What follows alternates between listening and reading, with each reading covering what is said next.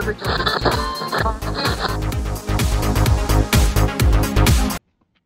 Dear viewers, dear subscribers, thank you very much for joining the podcast Institutski Razgovori, organized by the Institute of European Studies. We have an honor and a pleasure of hosting Professor Dr. Sandra Joireman from the University of Richmond, Virginia, United States, who is very much willing now to give a talk on the issues that she's been researching upon. These issues are mainly focused on the forced displacement, property rights, post-conflict reconstruction, and she is interested into how states, after a conflict that has been occurring for a few years, even decades, solve the issues regarding the property rights of the forced displaced people. How do these people manage to receive their own property after the conflict in a, if I can say so, peaceful manner, not as a very much violently solved manner. So in a certain sense, our professor, our dear guest, Sandra Joireman, is willing to give a talk on the legacies and lessons of forced displacement in Serbia, and taking into consideration that forced displacement nowadays is caused by violent conflict,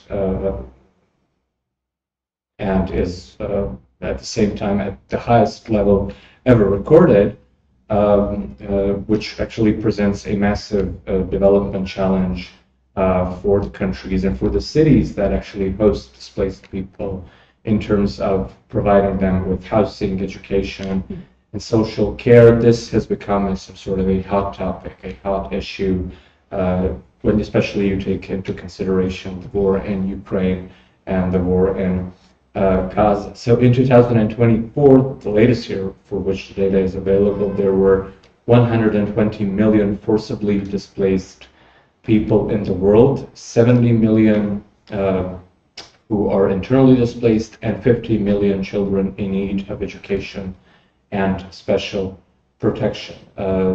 This number has almost certainly increased in the face of new global conflicts such as the Russia-Ukraine war and the invasion of Gaza.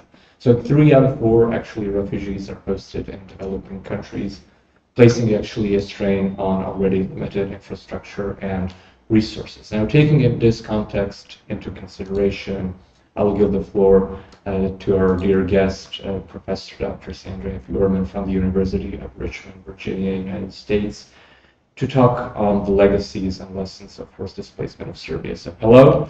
Nice to see you. Nice to have you here. It certainly is an honor to be hosting you as our dear guest at the Institute of European Studies here in Belgrade, Serbia. Now that I've set up a context, if I can say so, what do you make of it? How do you, since you are researching these issues, what could you tell us about the tendencies that are taking place in terms of what can we expect in the future, taking into consideration such a large number of forcibly displaced people? Thanks, Peter, and also a big thank you for the invitation to come here. As you know, I've been in Serbia in the past doing research. It's always a pleasure for me to return. Thank you to the Institute for European Studies for the opportunity to present this work, to be on this podcast. I very much appreciate that.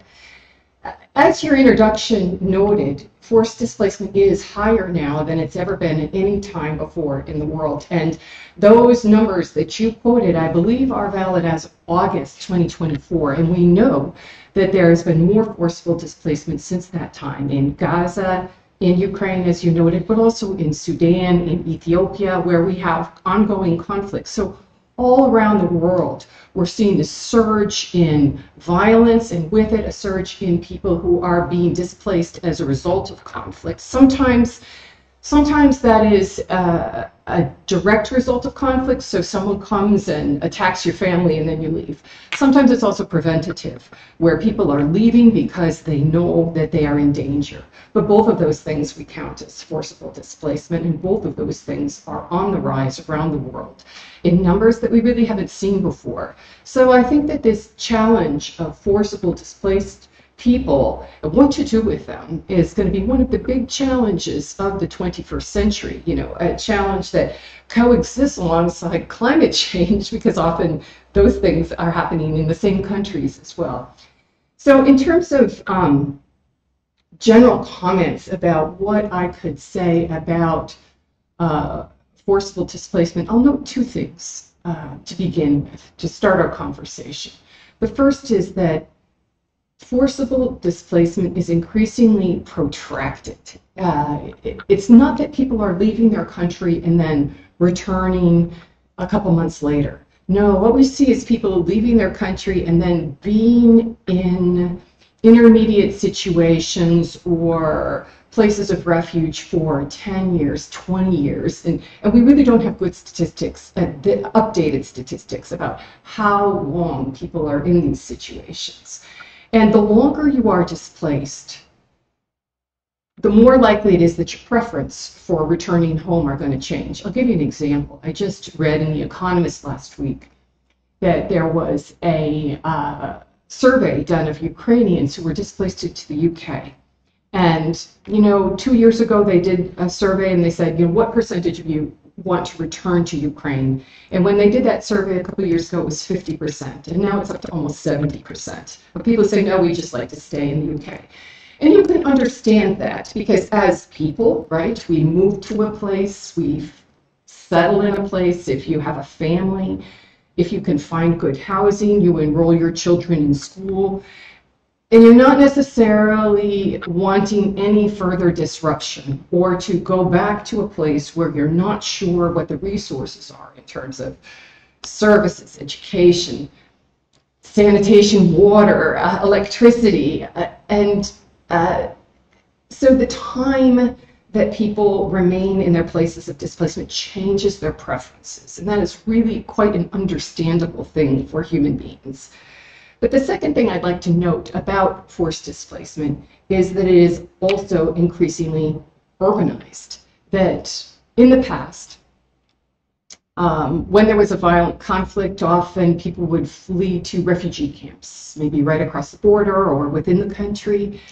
And the number of people going to refugee camps has been just steadily eroding over time. And now it is far more likely to see people just going to large urban areas, to flee to cities, to within their country or in a nearby country, to try and, you know, find low-cost housing, to settle there, to find a job, to essentially make their own way, rather than going to a refugee camp, relying on UNHCR, and maybe being stuck there for long periods of time without an opportunity to work or flourish. So displacement is increasingly protracted and it is increasingly urbanized. Now, it's that urbanization that's really, as you noted in your introduction, creating a problem for cities in which accommodate large numbers of displaced people who come and they settle in cities. They tend to settle in low-cost areas, either in slum communities or on the periphery of the cities, expanding what we call the footprint or the morphology of the city. So it changes the way the city looks, and it also changes the demand on services that's placed on that municipal government. Also sometimes putting the needs of displaced people in competition with the needs of urban poor who also need the services of their government. So this is just a challenge that we're seeing in many, many countries around the world, and I think that is a challenge that Serbia is very familiar with. And taking this into consideration, do you think that after the end of the conflict, be that a minor or a major violent conflict, do forcibly displaced people change their preferences in terms of, we want the conflict to end, and then afterwards we're mostly certain that we will return, taking into consideration that you mentioned UK and Ukrainian refugees settle over there. It seems as though even if the conflict in Ukraine is over, that many of Ukrainian refugees that are now settled in UK won't return since there is this sort of process of accommodation. They have all their basic needs already in UK fulfilled, and if they return to Ukraine, do you think that, I mean, they will have to rebuild everything again? They will have to do everything in order to just fulfill their basic needs. So what do you make of it? Well, I think that these decisions are made by households. The decision to return tends to be made by a family unit, or sometimes households will diversify their options, and some will go here, some will go there, and in an attempt to try and find the best place for a family or a household. And so when we think about the household level decision making, or even the individual level decision making, this is dependent on a number of things, right? It's dependent on economic opportunities in your place of refuge and in your home community. If there are no jobs in your home community, you're not going to return there even after the conflict ends. It depends on assets, right? Do you have a place to live in your home community? If your house has been destroyed and you have no place to live, you're not going to be quick to return to that area. One of the countries that I've done a lot of research on this topic has been in Liberia, West Africa, where they had a civil war.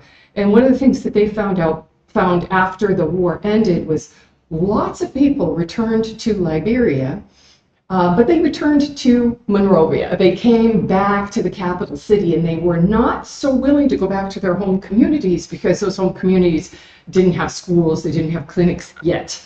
And so there was always like people were in Monrovia and they were watching what was happening at home.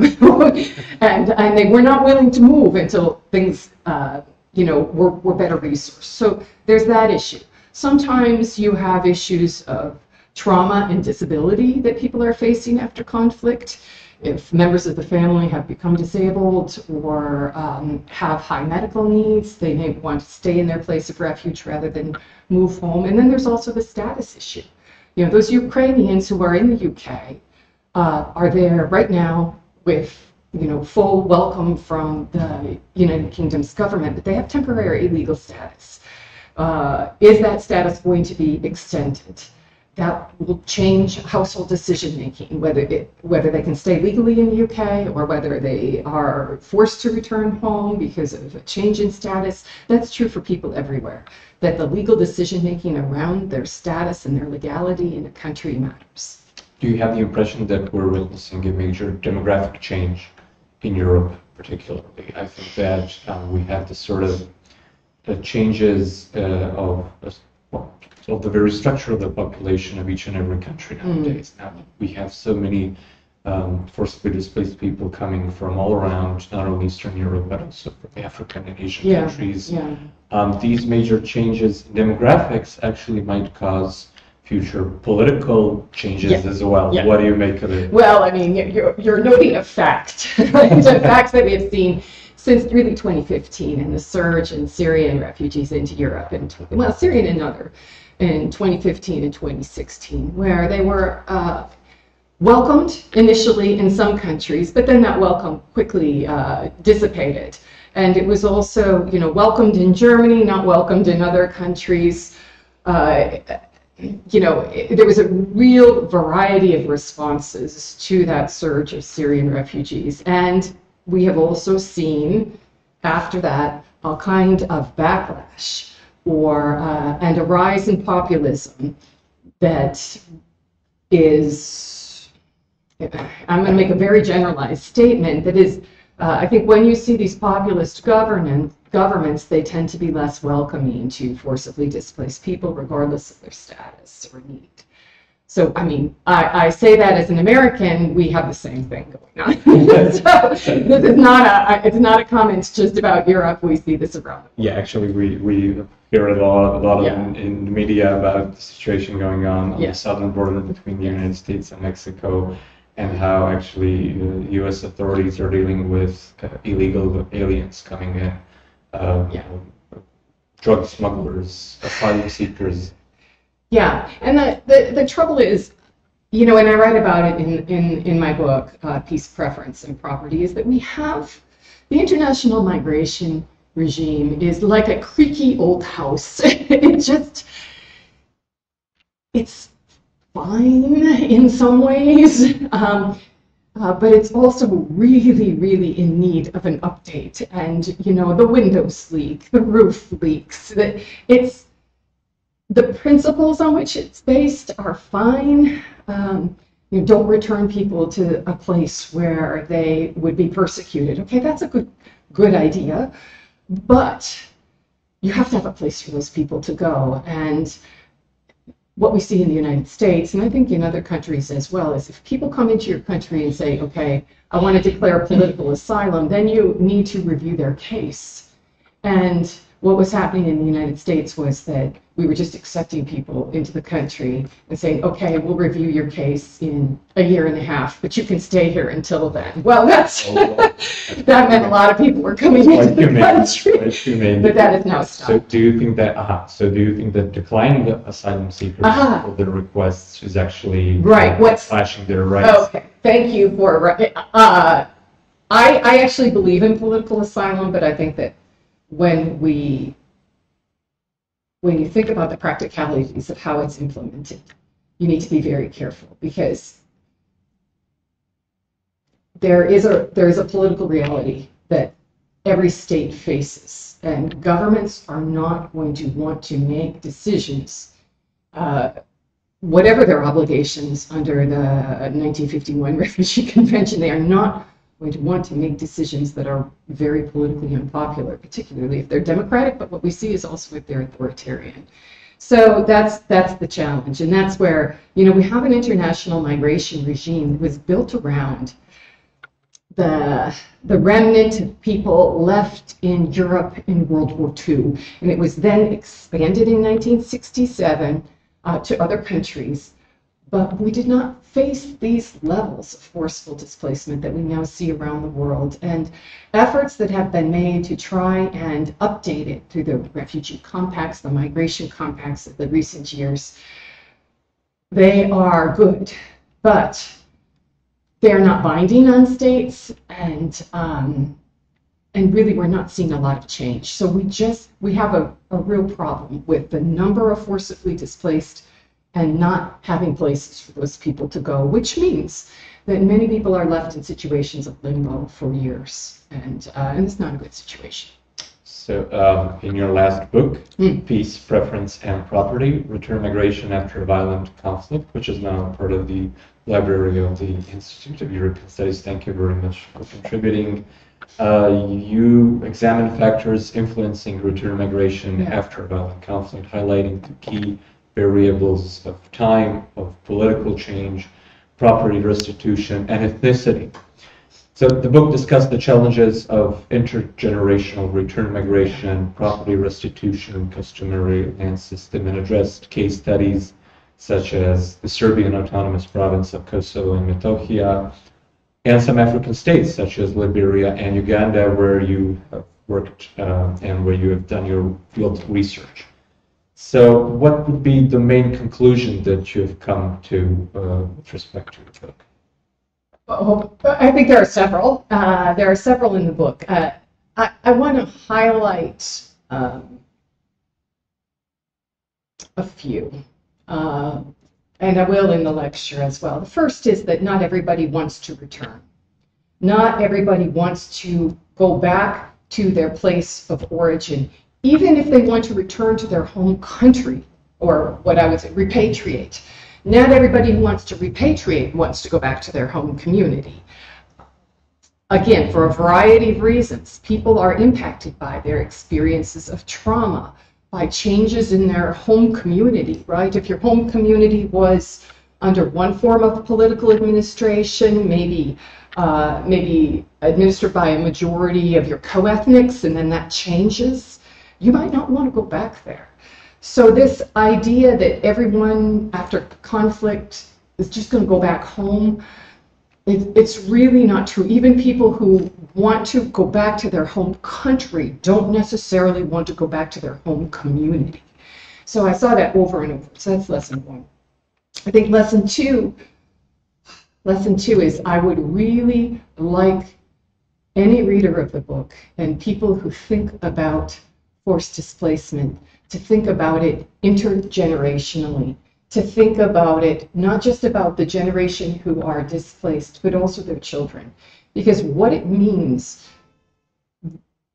what this kind of longer term of displacement that we see is 20 years, that's a generation, right? Children are raised in places of refuge, in refugee camps, in different countries, and they do not necessarily see their identity in the same way that their parents do.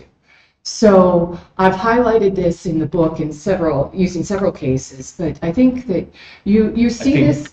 I think these two statements apply for the situation going on in our autonomous I was just province. going to that. Yeah. I did one interview that sticks with me here in central Serbia with a family that was displaced from Prizren. And that family, I started out interviewing the mother, and the mother was absolutely distraught by her displacement from Prizren, had very strong positive memories of home and community in Prizren. She would like to go back. She would like her life as it was. Her daughter was also there, and her daughter was sitting on the couch next to her. And her daughter said, oh, and I also want to mention that the mother was crying. She was crying as she's, it's deeply emotional, and she was so articulate in expressing her concerns. And the daughter is sitting right next to her on the couch, and the daughter said, yes, we were displaced from Kosovo and Metohija, from Prizren, from our home. But I'm here now in central Serbia. I'm here in Belgrade. My friends are here. My job is here. This is my home. I don't want to go back. Maybe I will go back and visit, but this is my home. So we see this across generations, across countries, and across lots of different populations. We have Sri Lankan refugees, Tamils who were displaced during the Sri Lankan civil war, who are in India and have been raised in, children who have been raised in refugee camps in India, and they don't even want to be referred to as refugees. They say, no, I don't want to be a refugee, I want to be Indian. There are Tamils in India, they're Tamil, they just want to be part of that population. Their understanding of who they are, their identity, their sense of home has really changed over time. We see this in many places across the world. So this has been a real impact in Serbia. We've seen this. So how do you explain it? What are the key contributing factors, if I can say so, that make people leave their homes, and then at the same time, I understand that one point is the political violence, discrimination taking place, conflict, but the other point is how do these preferences change in terms of why people won't return back where they were born and where they see that their home is. Yeah. What do you think is the major factor that contributes to these kind of preference changes? Yeah, I think one of them is the issue of safety and feeling secure within a community. And if you've been displaced by violence, it's in your home. If you've been displaced by violence in your home community, you want to be very sure that your home community is safe before you go back. And often that means not just, are you going to be free from violent attack, but who are your neighbors? And are those neighbors people you feel safe with? And who were your neighbors before? And have they returned? People want to return to communities that look like they were before. But this is something of a mirage because war changes communities profoundly. And how can we say that any community that was touched by war wouldn't be changed by it? So again, we see this all around the world. The community is changed. Interestingly, there's been a recent study about Syrians who are willing to return to Syria.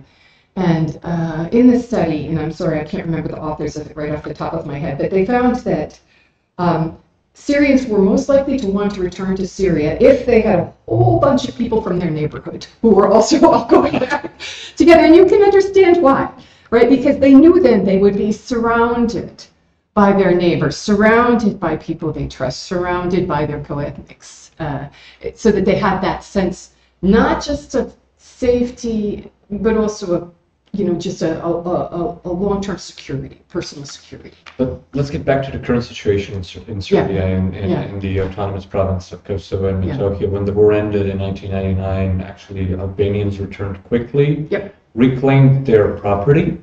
A small proportion of the original Serb population returned. Very small. And members of the Serb-speaking Roma population were forcibly returned years after the end of the conflict. So if the Albanians have somehow managed to quickly and smoothly reclaim their property, why wasn't that the case with Serbs from that region? Since we are quite familiar with the situation that from 1999 onwards, there's been some sort of a ethnic discrimination against the Serb population in Kosovo and Metohija, and it's been especially since 2004 taken a toll on many people's lives and properties. And the interesting thing is that many Serbs were not able to reclaim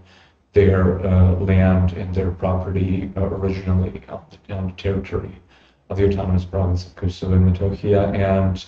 And you came to you found actually a data fact that some international donors with the so-called government of Kosovo actually made up a fund to kind of compensate the Serbs from the Kosovo and Metohija for their lost properties. And this money compensation was around 300,000 euros, although the property worth is perhaps 10 times more. So it's just a small little deal, small little percentage that has been given to the Serbian population as a compensation for their lost properties. And practically Serbs are okay with it, if I can say so. They kind of accept it and don't want to, if I can say so, provoke another further violent attacks on them as much as they can. But that's really an interesting data fact that you found. Well, what do you make? Let me situate that fact. So that was money that was allocated by the government of Kosovo in, I think, 2017 to compensate Serbs for socially owned apartments in Pristina, and that is happening amidst a greater effort of rebuilding Serb properties that was financed by the European Union, Danish Refugee Council. I'm not sure where all of the money was coming from, but lots and lots of millions and millions of euros being paid to rebuild people's houses in other parts of Kosovo, rebuild Serb houses, some for the Gorani people as well, who also suffered. So there's been a number of waves of property restitution and rebuilding that have occurred over time in Kosovo, particularly targeted at getting Serbs to return. It's just an interesting idea, right? But I think that the EU would like Kosovo to be more multi-ethnic, and so they are trying to promote this. So what happened in 2017 was that the socially owned apartments are a little bit of a different issue. So these were apartments that were given to civil servants in working for the government of Kosovo and Metohija by the Serbian government when it was in control. And then the people were displaced from those apartments, and then this money was allocated to compensation. So one of the interesting things about this, so I want to say a framing comment, which is, in many ways, we have seen more money poured into property restitution in the Balkans countries after the Yugoslav wars than anywhere else in the world. I'm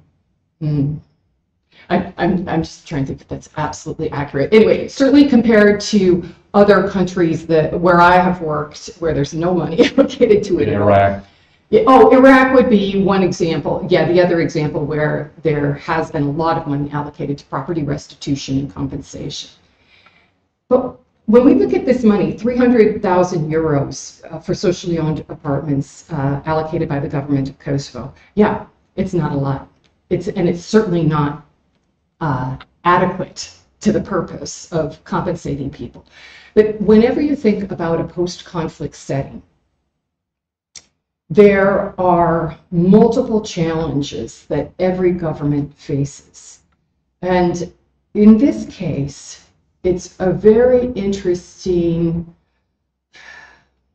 conflict between maybe individual human rights, the right to property restitution, and a more generalized right of social justice that exists across the country. Because if the government of Kosovo gives this 300,000 euros for these socially owned properties, that's 300,000 euros that's not going into education, employment, building, road construction, healthcare services. So there's a way in which every post-conflict setting, not just this one, so I think this is a bigger problem. Whenever you're looking at individual restitution claims, they often exist side by side with these generalized social justice claims to rebuild a society that's been devastated by war. And this is not a problem that is going to be soon solved, right? Because ideally, you want both. These are two competing goods, but they are both goods. Like people do have a right to property, maybe less recognized in some of the human rights literature than I would like to see, but it's also the case that governments are severely challenged after wars to rebuild the whole economy. This has really been an issue in countries like Poland and in European countries where they're still getting claims from the Second World War, right? And so, right, and where they're saying, okay, we just can't even consider these claims anymore because of this tension between, yes, that claim may be legitimate, but also we have all these children who need to be educated in this country. We have all these people who need medical care. How do you balance these competing claims to justice? Just for the record, it's the so-called the government of Kosovo, we say local authorities in Pristina. So the local authorities in Pristina actually devoted 300,000 euros for the socially owned apartments Pristina for the Serb population.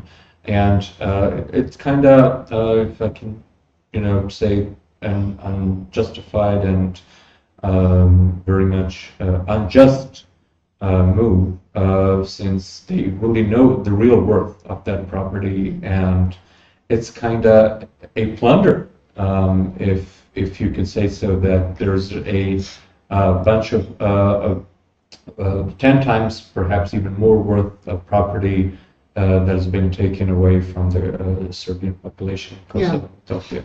Yeah, there are many harms that have come from the war. And this kind of discrimination that's been taking place for so long has actually contributed to a demographic change. Yeah.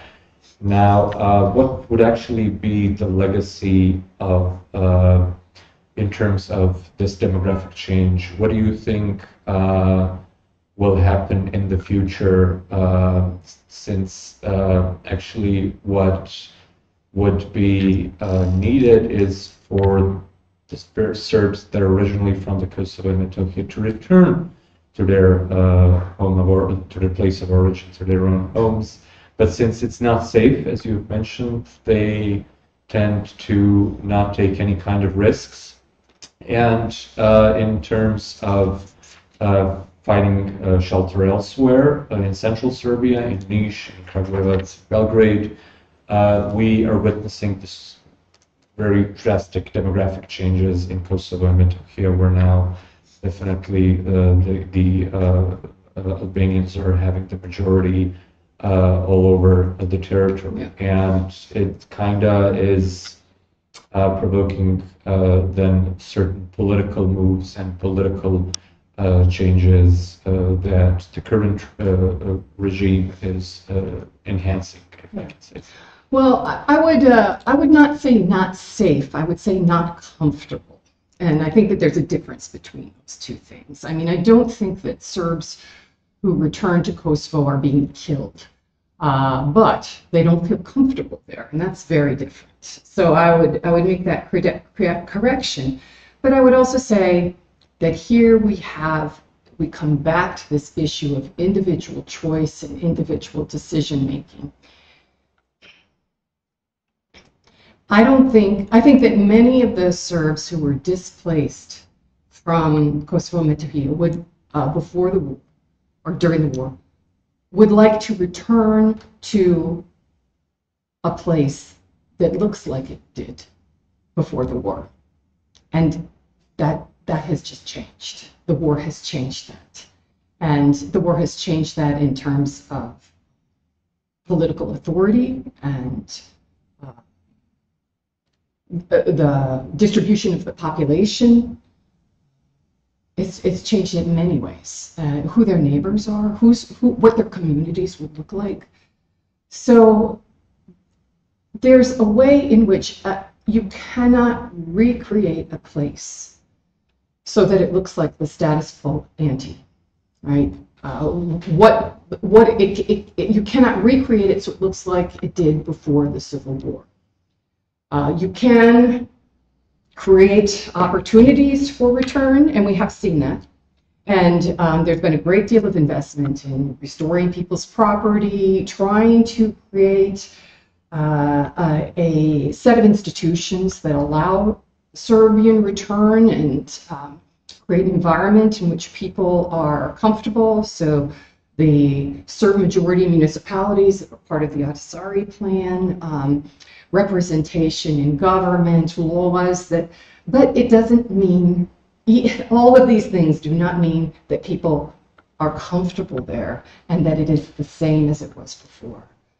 You see this, let's talk a little bit about Bosnia too, because in Bosnia, you know, so much attention was given to restoring property and to recreating communities as they were before. And in fact, it's built into the Dayton Accords that property restitution had to be a part of the Dayton Accords. And what did we see? We saw that when people got their property back, they would sell it. They would move to another part of the country where their ethnic group was in the majority, right? Because yes, it was recreated as it was before, but it was no longer comfortable for them. And this should not surprise us, right? This is another result of ethnic conflict, a result of war. It's a difficult one, but I don't think it's one that we can easily solve. But unfortunately, this logic can now apply to any type of major conflict that's taking place. Let's say war in Ukraine.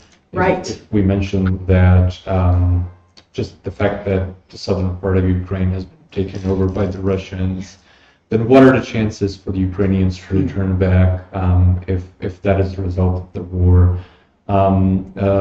This logic is quite questionable in terms. I mean, the war is over, the conflict is over, and people just want to have normal, decent lives the way they did before the violent conflict erupted. But it seems as though there is this sort of discrimination all the way through, not only the peace, not only this kind of peaceful conflict settlement, but also through post-conflict reconstruction. We see actually taking place in the autonomous province of Kosovo and Metohija, that during this post-conflict reconstruction, you have still and yet ethnic discrimination present all over the place. You know, one of the problems that we see in, you know, many ethnic conflicts is that no matter what the efforts that are made, and again, I'm thinking about Bosnia, I'm thinking about the conflict here, I'm thinking about some other settings as well, is that if you allow individual choice, as I would advocate, right, often that individual choice ends up solidifying a kind of ethnic cleansing, yeah? That people want to move away from areas where they don't feel comfortable, where they don't feel safe. And if you've been in a setting where there was ethnic conflict, you want to be among your co-ethnics. You want to not just be among them, but you often want to be in a territory that's administered by them. And what that, you know, the result of that in practice can be a kind of solidification of ethnic cleansing and institutionalization of it. But this is what the EU has really been resisting. This is why they have invested so much in, you know, the rebuilding of Serb properties. In the Bosnian conflict here, they've invested so much because of this attempt to prevent that very thing from happening. Yet, if you allow individual choice, people will choose for safety, they will choose for comfort, they will choose for a place where they can raise their children in peace with good jobs and not have to worry about being displaced again. So I'm highlighting here the way that our human instincts and individual decision-making often runs counter to what we would like to see in the best possible scenario, which would be a return to the status quo before the conflict. But I think that's trying to put, we have a phrase in English, put the genie back in the bottle.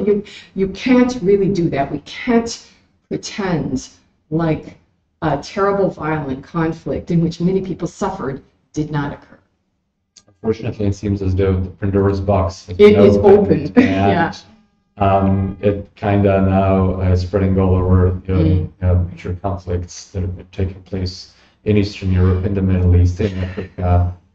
And I will say that my pragmatic approach to this puts me a bit at odds with human rights practitioners, but I very much agree with them, right? I agree with them that this is the way the world ought to be, but I also recognize that in this world, many people don't actually get their human rights, and often have to make what in the political science literature we refer to as satisficing decisions, maybe second best decisions. Given the array of choices that they have to make the best decision for themselves, for their families. And what would you say that was the main lesson from that we can learn from the forced displaced people from Serbia? I mean, if we understood that this kind of legacy that is sort of a realist in terms of having coped with the results of the war, right, and having the need to understand actually who won the conflict and what are the demographic changes. What do you think that can be the lesson for future generations? Thank you, because you asked me what the lessons were, and I actually have three, and we spent a lot of time on one. But I would say my first lesson was, not everyone wants to return, and we've now discussed a lot of reasons why. But the second one would be that I would like people to think about displacement as intergenerational, impacting this second generation. And not just, it often appears to me that when in people's minds they think, okay, 200,000 Serbs were displaced, well, now those people have children, and even some of their children have children now. So this is a much different group now. And this protracted displacement means that whenever we're talking about displacement, we're talking about multiple generations of people who might have claims. Claims to return, claims on property. So I would like the world, the international community, or even readers of my book to be able to think about displacement as intergenerational. And this has implications for property restitution. So that's my third point. So I'm going to segue right into my third point, which is that I really believe that we need to focus more on compensation for lost property. Right now, under the Pinheiro principles, are somewhat narrow, but also good, in that the idea in the Pinheiro principles is that if you lost property during a conflict, you should get that property back. And if that's not possible, you should get compensation, but it's really focused on getting the property back that you lost. Yes, we can all understand that that would be best. But there's been a second set of guidelines put forth with a great deal of much greater kind of political buy-in, called the VGGT, or the Voluntary Guidelines on Government's Tenure, the VGGT, and these allow for more restitution options. One, first, obviously the best, return the property that was taken. The second would be return similar property. And we do see this in some places, like Timor-Leste. If you lost home, get a similar one in Iraq too. We saw some of that. But then the third option would be compensation for the property that you have lost. And in the book, I talk a lot about the compensation mechanism and how important this is, particularly for people who live in customary tenure systems where there's no record, no clear record of who owns what. Then compensation is absolutely vital. And I wish, if I had my preference, there would be an international compensation fund to give people financial compensation for their property losses during conflict, in order that they can then make a life for themselves somewhere else, wherever they choose to live in safety, whether it be back in their home community, maybe in a different house, whether it be back in their country, in a different place, or somewhere else, but to give people compensation for lost assets. But we don't have this now. And who is in charge of actually returning the property that was lost? Which organization? Who do people go to and request for their lost property? I mean, is that the government? Is that the international organization? There is no one answer to that. It's very ad hoc, and that hence the problem, right? In Iraq, it was originally a group set up by the U.S. government, but then the Iraqi government took over, and so it was an appeal to the government. Here, it's been funded by international institutions, by the EU. In other places, people can go to the government for some compensation, or at least to lodge a claim. But in many places, the governments are simply not wealthy enough to respond to these things. So this is a gap. And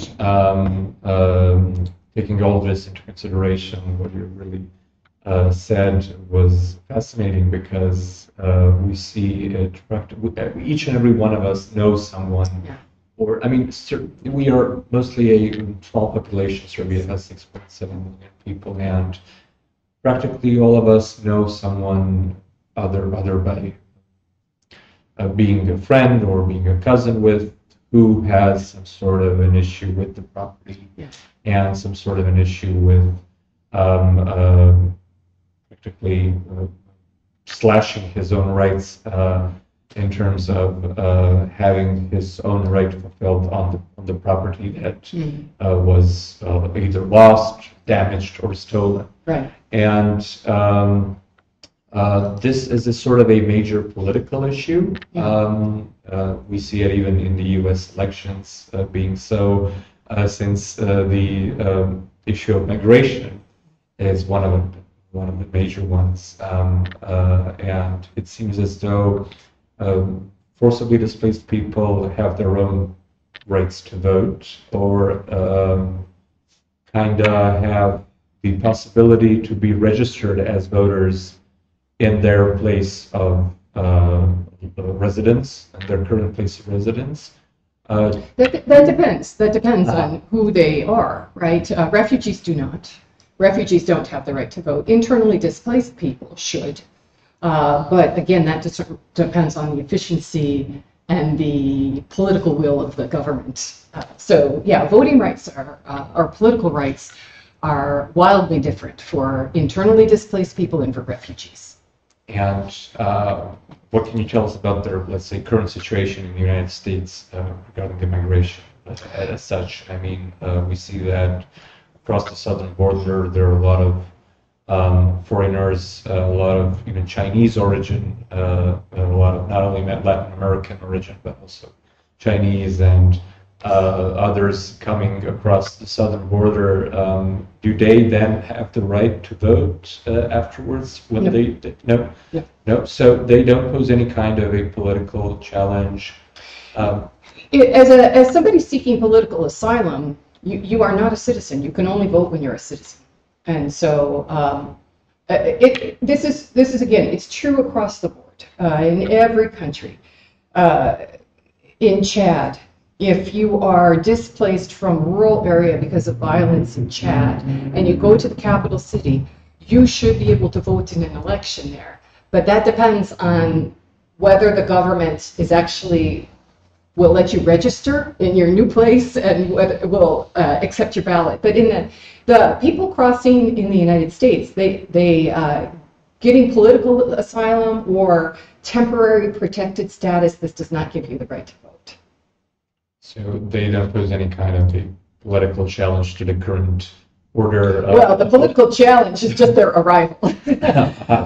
But they're being manipulated into the political games. Look, this is not my area of expertise, so I will just say that it is the large number of displaced people arriving in the United States that is just their arrival is controversial, not even their political rights.